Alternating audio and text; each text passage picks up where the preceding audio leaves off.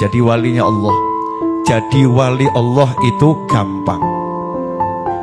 Jadi kalau ada orang bilang jadi wali Allah itu susah, itu hoax. Yaitu hoax. Kenapa? Karena jadi setan itu gampang. Maka jadi wali harus lebih gampang. Makanya Allah Ta'ala memerintahkan kita dalam Al-Quran, fafirru ilallah. Kalau urusannya ke Allah, kalimatnya dengan lari kejar Allah. Ya, kejar ampunannya, kejar rahmatnya, kejar karunianya, kejar cintanya, dan lain sebagainya. Kejar. Pertanyaannya, Allah itu kalau dikejar lari menjauh atau lari mendekat? Lari mendekat. Siapa mendatangi Allah berjalan, Allahnya lari menyambut dia. Artinya sedikit saja upaya kita untuk berarah yang baik, maka Allah melimpahkan kebaikan yang tiada tara. Makanya jadi wali Allah itu mudah. Terus pertanyaan, gimana caranya jadi wali Allah? Gampang. Amati, tiru, plek.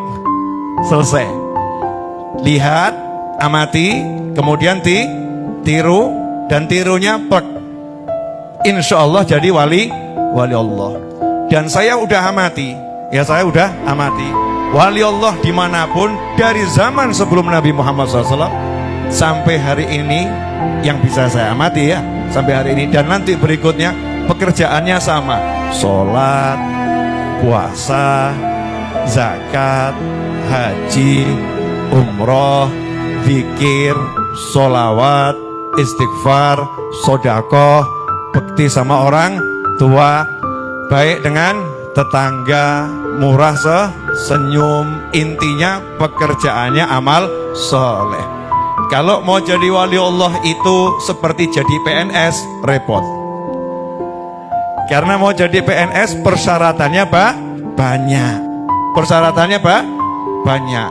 Karena kompetisinya itu luar biasa, sementara stoknya terbatas. Yang jadi PNS itu dibatasi.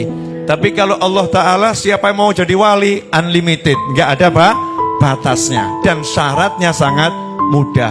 Cuman satu, kul in kuntum tuhibbunallaha fattabi'uni yuhibbukumullah wa yaghfir lakum dzunubakum wallahu ghafurur rahim.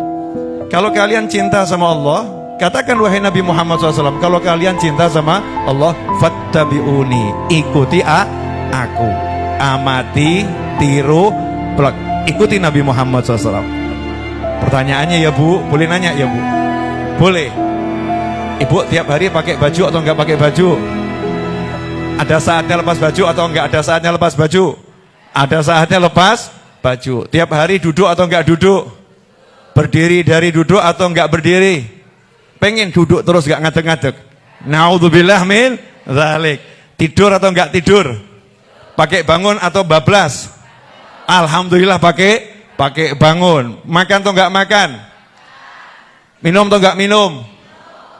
Keluar rumah atau enggak keluar rumah? Balik atau ngilang? Alhamdulillah. Ada keluar rumah, ada balik rumah. Naik kendaraan atau enggak naik? Pernah jalan atau enggak pernah jalan? Pertanyaan berikutnya, ke pasar atau enggak ke pasar?